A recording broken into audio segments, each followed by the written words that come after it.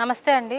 ఇక్కడ ఉన్న వాళ్ళందరూ BVSc and animal husbandry 5.5 years course చేసి ఉన్న వెటనరీ డాక్టర్స్. మా ఎవ్వరికి జాబ్స్ లేవు. మామూలుగా మన స్టేట్లో పోస్ట్ ఉన్నప్పటికీ పోస్ట్ అనేవి రిక్రూట్ చేయట్లేదు.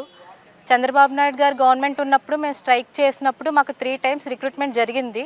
ఆ టైంలో ప్రతిపక్షంలో ఉన్న జగన్మోహన్ రెడ్డి గారు మా కాలేజ్కి రావడం జరిగింది, హామీలు ఇవ్వడం జరిగింది.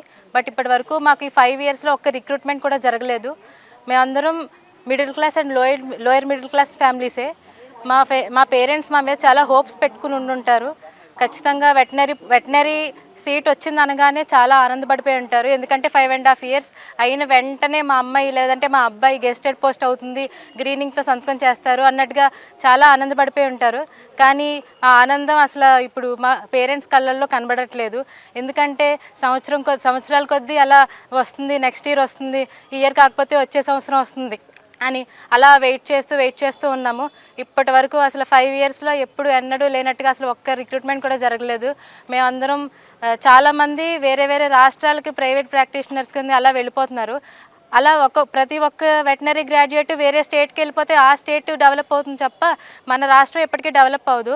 అదే మన స్టేట్లో మన ప్రభుత్వం మన డాక్టర్స్కి ఉద్యోగాలు కల్పిస్తే తద్వారా మన రాష్ట్రంలో వర్క్ చేసుకుని మన రాష్ట్రం అభివృద్ధి చెందుతుంది.